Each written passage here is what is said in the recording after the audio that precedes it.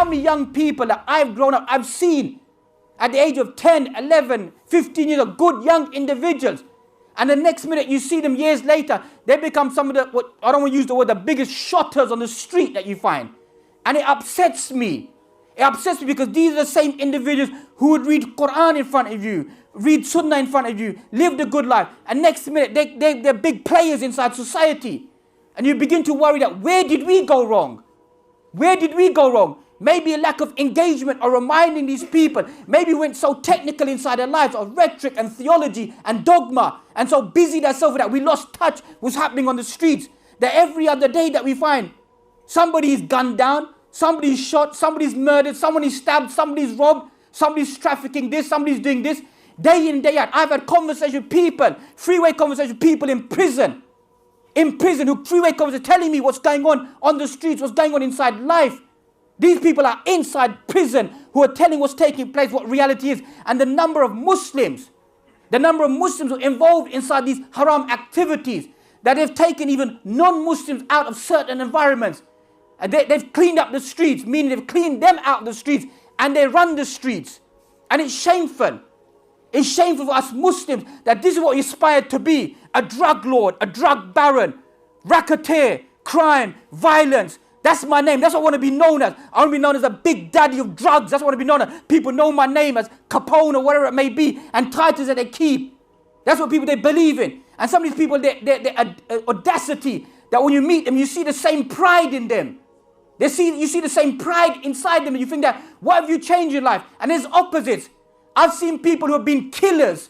People who've killed people. And you see them now, you won't even touch a fly. They won't speak about their past. They won't speak about their life. They won't speak about everything. Because deeply inside their heart, they're remorseful. They're remorseful that how could I live that life? How could I take a man's life? How could I stab a person in their private parts and drag the knife all the way up to their stomach? How could I do that? What kind of evil, wicked individual was I to do that inside my life? How is a person to pump bullets into a person's chest for no reason and to take their life? They change your life, change your aspiration. That's what Iman does. It awakens the individual. When we find other people come and consult us, Sheikh, I want to take this person out in my life. He took shots at me inside my life. Give me a photo to take his life out. And I've said to them, if you don't catch them, they would have caught you. Your intention is as evil as their intention. They said, well, I don't intend what they're going to do. I wouldn't shoot them if their mum was inside the car. Well, maybe you don't shoot them when their mum's not inside the car, but you might shoot them when their daughter's inside the car. So you're both senile individuals. You're senile individuals that you would take any individual out because of why? Because of this, your ego. Ego over what? This petty substance that we find, that we fight and we brawl about. We take people's lives, turf wars that we find. Look at the state of certain communities. Look at this community. How much drug trafficking takes place at night over here? How much drug trafficking takes place? Look at Tower Hamlets. There's certain areas that police have to go in riot gear. Riot gear in certain states, predominantly Muslims, to enter there. Why? Because they fear there's going to be a gun battle that's going to take place. We're not talking about Bronx of New York or Brooklyn or New Jersey. We're not talking about those, we're talking about our own areas. That we live in this bubble world. We don't see what the youth are doing around us. The life that they're living. We need to awaken ourselves, awaken these individuals to return back to Allah subhanahu wa ta'ala. That's the only way that they're going to change.